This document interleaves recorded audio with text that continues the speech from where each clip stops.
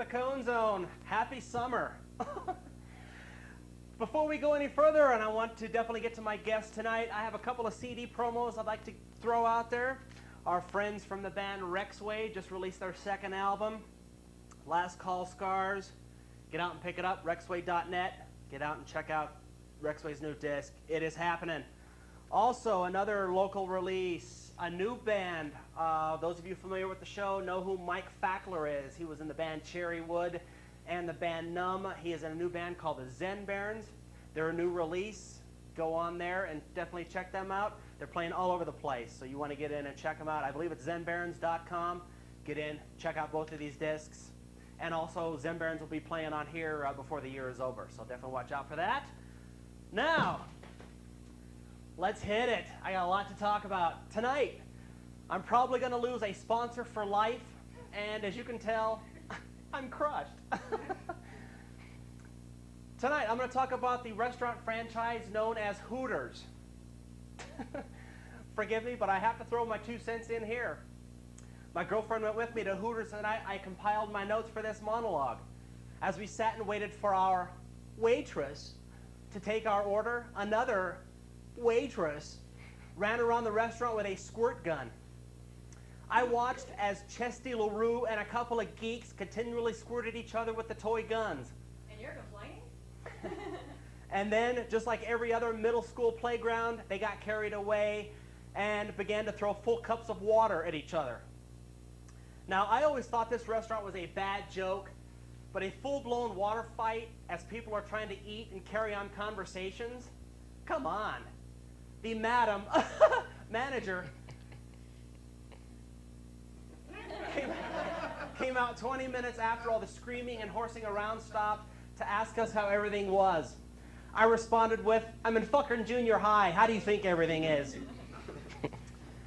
She assured us, I was scared. Look at this, great. She assured us that they would stop making asses out of themselves. Actually, I'm not surprised this went down. When you have a room full of half-naked, airhead bimbos with nothing else better to do than to Jedi mind trick John Q. Hardon into thinking he could get some to make bigger tips, what else should I expect? I know, how dare I say that? Hooters girls would never tease some drunk, mullet-sporting asshead who hasn't gotten laid in the new millennium. Never. Yeah, the only reason Kimberly doesn't break out the knee pads and suck John Q. customers' crank under the table for a bigger tip is because table 14 needs another pitcher of piss water and another plate of hot wings. Hooters skanks are nothing but legalized prostitutes with a bad act. Started at Hooters, moved to shotguns. They're a step below strippers. If I ever hear Hooters skanks break out the, quote, women shouldn't be treated like objects rap one more time, I'm going to go completely out of my skull. If you're not objects, then explain the orange short shorts and white see-through low-cut cleavage hugger tops. If you're not but yet you're not objects. Yeah, right. Shut the hell up, get on your back and spread them, all right? I actually had a Hooters girl tell me once, quote, I'm only working here to put myself through law school. Whoa, easy there. Let's not get carried away with that. Don't say anything you're going to regret later, okay, Marcia Clark? Law school, yeah, and I'm going to be the next Queen of England. Thank you for calling. I'm sure this hooker is going to go from schlepping Hooter shooters to defending criminals. Not likely. I'll go on record and say right now, if I'm ever convicted of a crime and an ex-Hooter skank is representing me, I'm going to go ahead and skip the middleman and whack off all over the judge's face, plead cuckoo for Cocoa Puffs, and pray for the death penalty. Something disturbed me as I was looking through this Hooters children's placemat. Can we get a shot of this? This is great. Right here, the t-shirt, can you get a shot of that? The t-shirt reads, life begins at Hooters. What the hell kind of message does that send? What kind of trailer park degenerate would take their kids to Hooters anyway? Do you really want little Timmy to watch Dad as he gets a lap dance by some low self-esteem wannabe model? I didn't think so. Look, Hooters suits, stop the charades and just erect the disease-riddled brass poles already.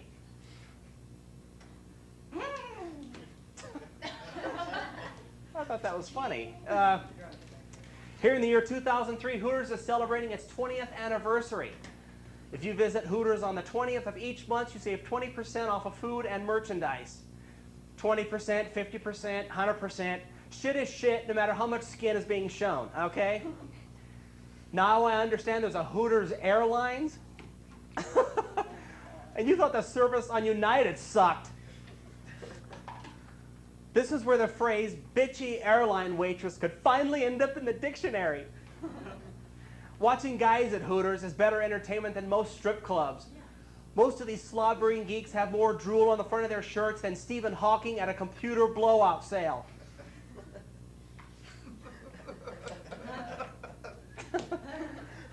Okay. I love the guys who purposely talk loud into their cell phones to look important, or the bar jockeys whose heads are constantly on a swivel as each hoe walks by. Or how about the Cliff Clavens who get boners when a Hooters host sits with him at his table as she takes his order? Look, put it away, Studley.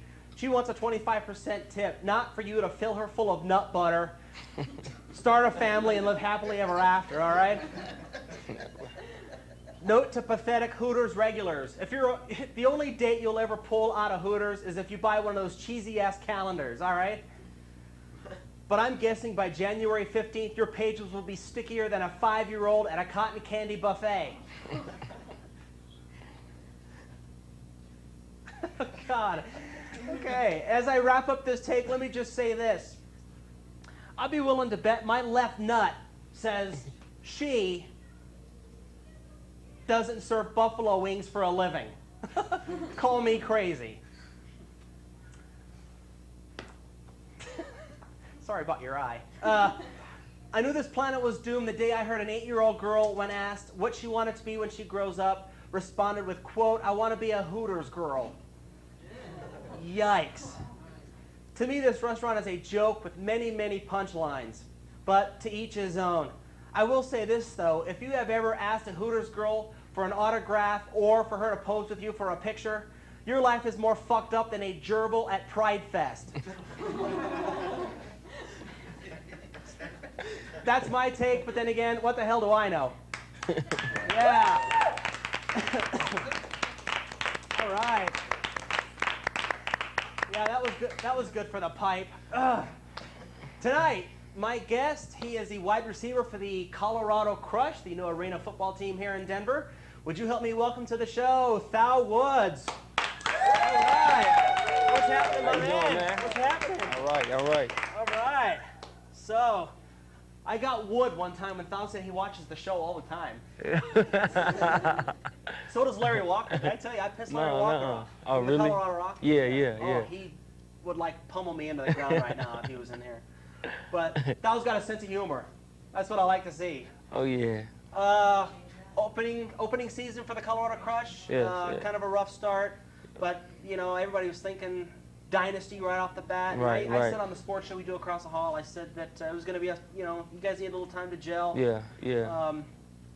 So how was your first season? Did you have a good time? Yeah, it was fun. It was a lot of fun. It was a little bit different. I came straight from college right to the AFL, where I was the only true rookie on the team. Mm-hmm. So for me, it was a big experience just dealing with the whole money type of situation that makes sports a lot more than sports. Right. You know. You went to CSU? Yes. So, well, very good. CSU, they're going to have a hell of a year this year. Oh, yeah. Yeah. You see they got all that money after I left. They got like 15. Yeah, thanks. Yeah, really. I'm like, thanks a lot. You got your $200 from board, Yeah, really. But that's good. So you finished 2-14 on the season? Yeah, we did. But like I said, Denver fans don't grip just yet. They're a young team. They need time to grow. Nobody's going to come out and win a championship their first season. This is not going to happen. So stick with them. You got a great owner, even though he whacked your entire coaching staff after the first season. I don't know what that was about. Well, I mean, it was it was a thing where just from the front offices, they thought that it would be a better decision just to get rid of the whole coaching staff just because there were a lot of inside things that were going on. And I think that even if they waited 3 years to fire him or what have you, it still would have been the same situation. You think so? Yeah. See, I really think so. I look at it like this: why not give him a chance to grow with the team? Why not keep a nucleus together? Rather than, you know, okay, you had a losing season, that was expected, you know. Yeah. Why Why are you whacking these guys already? Give them a shot. Give them a chance to gel, you know. And I just think you guys got great talent coming up for next season. Give them a chance, you know. Yeah, I just think it was just like I said, it was a little bit bigger than just the whole first-year coaching staff, first-year team type of a start. You know, it was a little bit different. It was a thing where we just needed to get probably some coaches in there that maybe knew a little bit more about arena football and kind of you know, I believe, you know, for myself even, I have a lot more respect for arena football because I know coming out of college, you know, people are like, well, if you don't go to the NFL, there's always arena ball. And I'm like, arena ball? You know, yeah, you won't catch me playing arena ball. Either it's the NFL or bust. Yeah, you know, or nothing. But, you know, I talk to a lot of my younger friends that still are playing in college, and I'm telling them, you know, it's a good opportunity. You know, this is a good time to be in the league. I mean, it's been around for 17 years. The Arena Bowl is actually on Sunday. It's tomorrow afternoon. Yeah, tomorrow afternoon. It's going to be pretty good. It'll be over, yeah. So we'll give our predictions and see if we're right. But, yeah, right, like it's 17 years. And also, do you think, and, you know, I'm just throwing this out there, do you think John Elway whacked the coaching staff because he's used to winning? Do you think that has something to do with it? His ego kind of took a little hit there? I don't necessarily think it might have been his ego, but just as a person like John Elway, you know, if you look at the whole quarterback situation, the Brian Greasy, Jake Plummer type of thing, you know, everybody's looking for that John Elway to come back and be the savior for the Denver Broncos.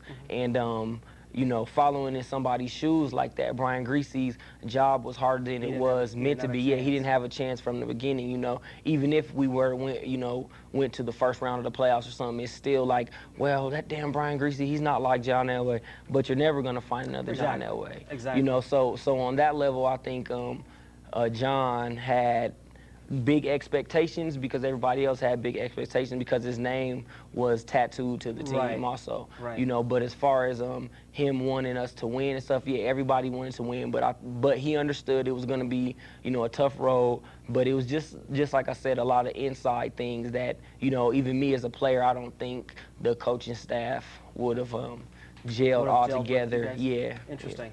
Going back to your point, a lot of NFL players came from the Arena League. You got Kurt Warner, Adam Vinatieri, who kicked the winning field goal in Super Bowl 36. A lot of these guys come from the Arena League. I think it's a great experience just to go through the ranks like that. Oh, yeah. You know, and then you have the NFL Europe, which is basically, you know, a training camp before the training camp. Are you involved in anything like that? Nah, right now, I'm not. I'm on to look for an agent. So any agents out, bam. Beautiful. Okay, hey, if you're an agent and you want to represent, you know, me, come holler at me. Cool. Did you try out for any NFL teams in the offseason? Yeah, I did actually. When I first started in college, I mean, what got out, I played in an All-Star game, and I actually tried out for the Raiders, and one of the Raider scouts just said, well, you know, you have everything, you're just a little bit too short. There, I don't know. Then I was supposed to go out to the Arizona Cardinals and do some things. I had shoulder surgery. I tore 85% of my rotator cuff. Oh, no. And, yeah, so that set me back for 6 months. So that was my chance. So do you think now that you think they're looking at that going, okay, let's give him a couple of seasons to heal, and then we'll bring him back in and give him another shot? Yeah, I think it's just, you know, a lot of the teams, as far as I've been hearing, are, you know, just talking with my agent and things like that, just kind of want to see me do some things in the Arena League, you know. And it's a good opportunity for me because I'm glad I didn't start in the NFL and then I guess move down to the Arena League. You know, I mean, not to say it like that because they're two different entities. You know, you have the NFL and you have the AFL. You know, a lot of people think, you know, NFL, AFL, but, you know, I mean, as far as the growth goes, as far as the money part goes, I'm glad I started in the AFL because I'll get opportunity to maybe move up to the NFL. Mm-hmm. You know, it's a lot easier than going NFL to AFL than trying to get back to the NFL. Right. You know, so for me that was a good. This is a good opportunity. I mean, I'm from Colorado, born and Right. raised. I mean, I played my high school ball here at Mullen High School. Oh, good. I went to Colorado State, and now I'm getting a chance to play my professional ball here, and I mean, there's nothing like it, you know. Mm-hmm. Right. Now, if you were to get scouted by the NFL, would it matter what team you went to? I hear a lot of people saying, I would only play for. Right, even John right. Elway did it when he came out. Right, He was right. drafted by the Colts. He's like, Right. I'm not playing for the Colts. Right, It's like, right, right. God, I figured that would be like the ultimate dream is to Yeah. get to that next Oh level. yeah, I oh mean, yeah. Yeah, I really believe like well, for me, you know, I'm so hungry. It doesn't matter where I go. You Right. know, I mean, I don't care where it was at. If they had a team on Skid Row, I'll play there. You know what I mean? I mean, Right. if that was it, you know, I mean, and they paid the money because that's the most important thing. Mm-hmm. You know, is the money part. I mean, the game. You know, I love the game and everything, but when you start dealing with anything on a professional level, that's your Right. job. Sure. And so, you know, You it's want to make about sure you're taken care of down the road. Right, exactly. It's Right. about the advancement, you know. And so me, I mean, if I had a dream team to play for, of course it would be the Broncos. Oh, sure. So You you know, could because stay I'm here here. in town. Right, exactly. Like, well, matter of fact, I have a buddy. His name is Dorsey Levy. He went to Montbello, went to Notre Dame, then went to Pittsburgh, and now he's in a camp for the Broncos right now. Oh, and he's good. actually from Denver, you know. So so I good. know that's a good. Let's keep our fingers crossed Yeah. for him. Oh yeah. Let's hope Oh he yeah, makes for it. sure. But as far as me goes, the Broncos, or I would probably want to play for the Tampa Bay Buccaneers just because we played their same defense Sure. in college. So it would be like an easy transition for me. Sure. Plus, you get to play with Warren Sapp. Right, Is right. there a better person to play for Yeah, than Warren really, Sapp? really. Right. Well, very cool. So let's get away from the football a little Okay, bit. okay. Tell us a little about yourself. You went to CSU. Yeah, I went to CSU, majored in exercise sports science, just graduated last December. Oh, good for you. I was the president of a fraternity. I'm in a fraternity, Phi Beta Sigma fraternity, Oh, cool. Incorporated. Was the So that's president like a up fraternity there. where you have to like pick up the Bing cherries with your ass and walk them across and drop them in the beer mug or something. Yeah, well, something like that, I suppose. Something like that. But I mean, it was a good experience. I had a lot of fun doing it. Right. And shoot, I have four little sisters and one little brother. Oh, wow. Yeah, so we're a pretty big Do family. they all play sports as well? Nah, well, my little brother does. Actually, he's 9 years old. I'm trying to get him into something. My little sister plays basketball. So, you know, I'm just trying to tell them that, you know, if you want like an easy way basically to get your college paid for, sports is the way to go. Because especially with team sports. Right. Because, you know, the college recruiters are just looking to give money away. And even if you don't aspire to play a professional sport, you know, you get your schooling paid for. Exactly. And then you go out in the real world and you do what you have to do with your schooling. But it's a lot easier on the parents and yourself because you don't have to pay back loans and things like that. I got people who are like 40 years old who still have student Yeah, loans really, coming out of their really, ass, and it's really. like, oh, what are you know, they're having their IRS checks, tax, you know, taken from them because they still Yeah. owe the government, you know, Yeah. thousands of dollars. Let me ask you something. You went 4 years at CSU. Yes. What do you think about kids like a LeBron James, who's Right. who entered the NBA draft and is going to go more than likely to the Cleveland Cavs? Right. Do you think? And I've said it on the show across the hall that we do. Right. What do you think about kids that go right from high school to the pros, or go 1 year of college into the pros? Into the pros. They're missing out on a lot. Oh, yeah, as far as the college experience, I mean, there's nothing like the college experience. You get to meet so many different type of people and network.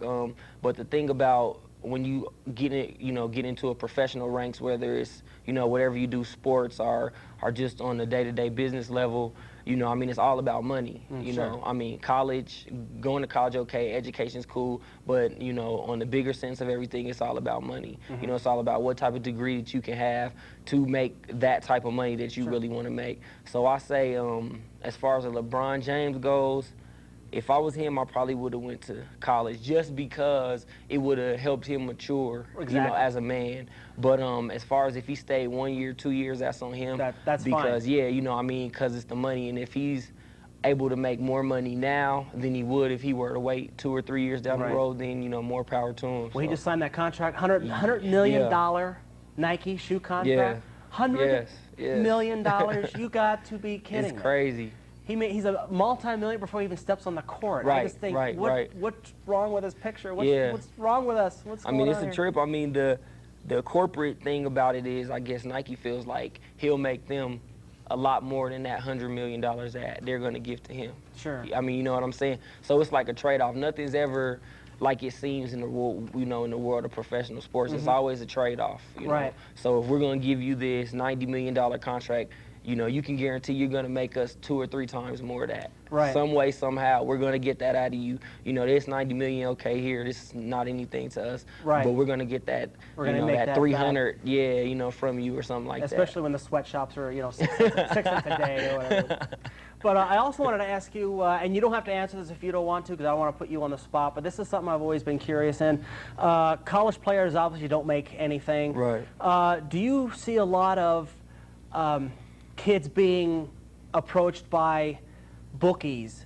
We want you to, you know, kind of tank this game, we'll make it worth your while. You know, here's 30, 40 grand under the table. Right. You miss a couple free throws, you drop that pass in the end zone, and we'll make it worth your while. Have you ever experienced that, or have you ever seen anybody who has been approached by something like that? Because it's obviously it's a lot of money has to do with a lot of it. Yeah. You know, if you can make for 40 sure. grand, you know, it's better than $200 a month in boarding and yeah. Right. I mean, have you ever been approached by that, or have Well, you known somebody who has been approached by that?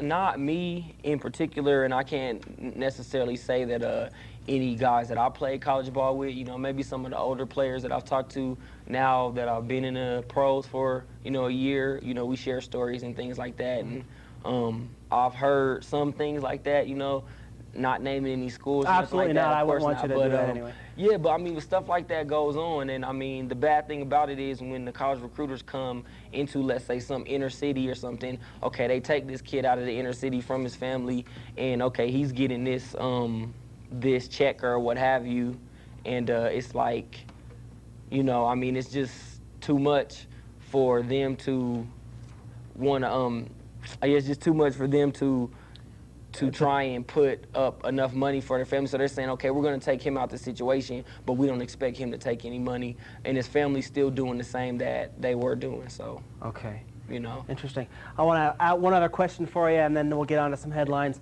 A lot of players are now, especially in the baseball, and, you know, it's starting to come out in all the sports now, steroid usage. Right. Do you know anybody who, you know, kind of is on steroids that wants to give themselves an advantage to get to that next level? Oh, most definitely. I mean, I wouldn't. Yeah, I know some guys that have took steroids, and I mean, I've never done it before. Right. You know, I mean, it's a performance enhancer. There's a lot of performance enhancers out there. The bad thing about steroids is it's not what it does to you physically, but what it does to you mentally. You know, once you get on steroids, you want to feel that way, you know, always. So then that's where the addiction comes in, because you don't feel that way, you know, and that's where you start to abuse it and everything. And yeah, I've known some guys that have been on steroids, bad acne, you know, weak joints and things like that. But testicles the size of pinon nuts, you know? Yeah, really. But I mean, in the world of sports, when it's all about money and you know, and that's what the base. Yeah, I mean, you got to do what you got to do. I mean, if you're gonna get that $1 million signing bonus for, you know, I mean, because you got a clause in your contract to do whatever, you know, whatever performance thing there is, then you're gonna do what you're gonna do to, you know, to feed your family. Sure. Very cool. Anything else you want to talk about? Looks like we got a couple minutes to spare here. Anything else you want to say? No, I mean, I appreciate you having me on. Absolutely. I mean, I mean, this is a good opportunity, I feel, for, you know, anybody that is from here and that is playing a professional sport, you know, to show just more support to the local stations, whether it's radio or television, you know, because we can all help each other. Absolutely right. And I've said it many times before, and I'm going to say it again now that you're sitting right here. I think Major League Baseball, I think the NBA, I think all these you know, multi-billion-dollar a year, they need to take a page out of the Arena Football League and get more fan-friendly. I think a lot, especially Major League Baseball, is just horrendous with this. It's like, I think they need to take a page out of you guys, get more fan-friendly, drop these ticket prices down about 80% so the average family of 4 could go see you. You guys are full every single Sunday, all across the country. Arena football is blowing up right now. And I just think that they need to take a page out of your book. So, I would agree. Prediction tomorrow, Arena football, Arizona. I'm going to have to say Arizona. I'll give it to Arizona, although, you know, we beat the team that they're playing. Right. And then Arizona, Tampa Bay Storm, is that right? Right. You know, we beat them and Arizona, we played them the last game and almost beat them. So I'm just going to toss it up in the air and say Arizona. Arizona?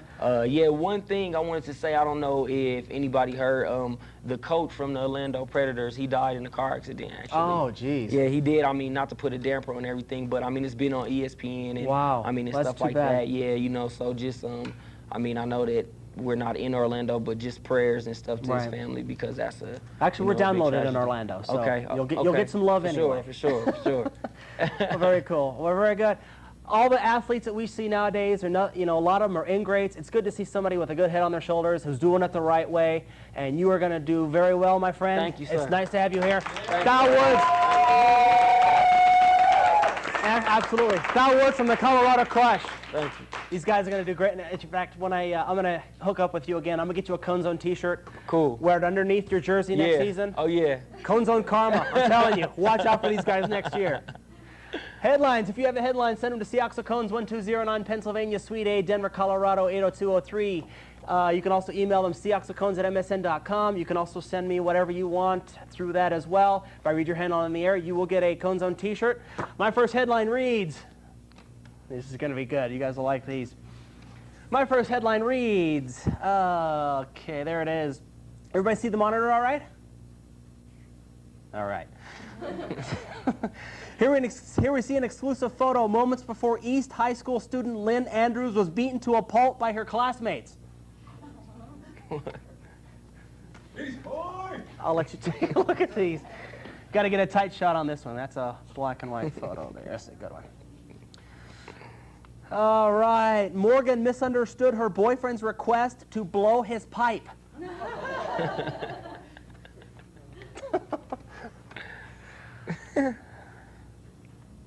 Moving right along.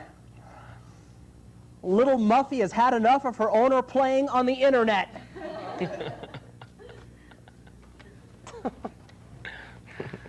All right. Speaking of sports, this is a good one, I hope. Stockton Ports manager Jayhawk Owens reminds his catcher between every inning that he still owes him a little sugar from this morning.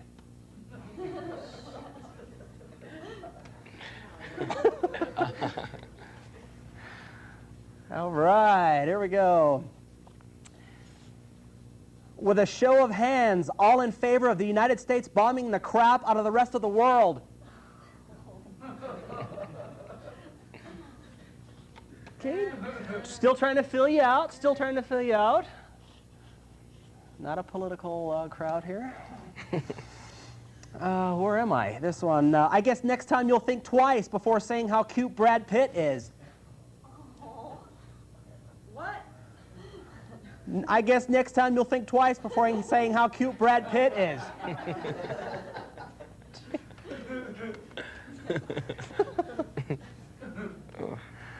Okay.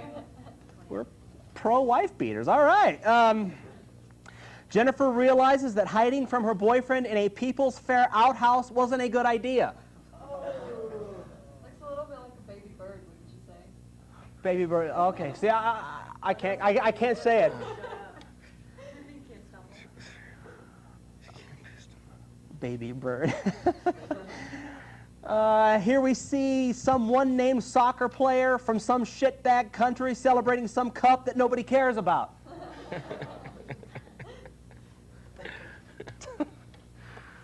Okay. Photographer Pat Latimer gives the okay to runway model Carla St. James and her new landing strip bush.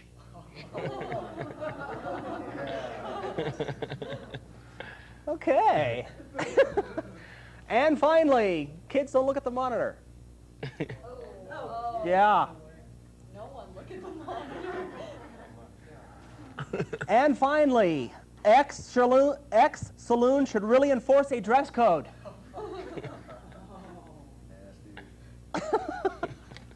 Okay, with that, I want to thank our Colorado Crush wide receiver, Thal Woods.